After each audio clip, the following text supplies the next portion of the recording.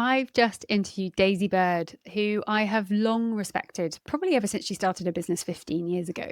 She runs a travel communications agency in the UK and does it with such grace. And something I've always noticed with how she's run her business is how much time and attention she spends with her team, on her team, and around her team.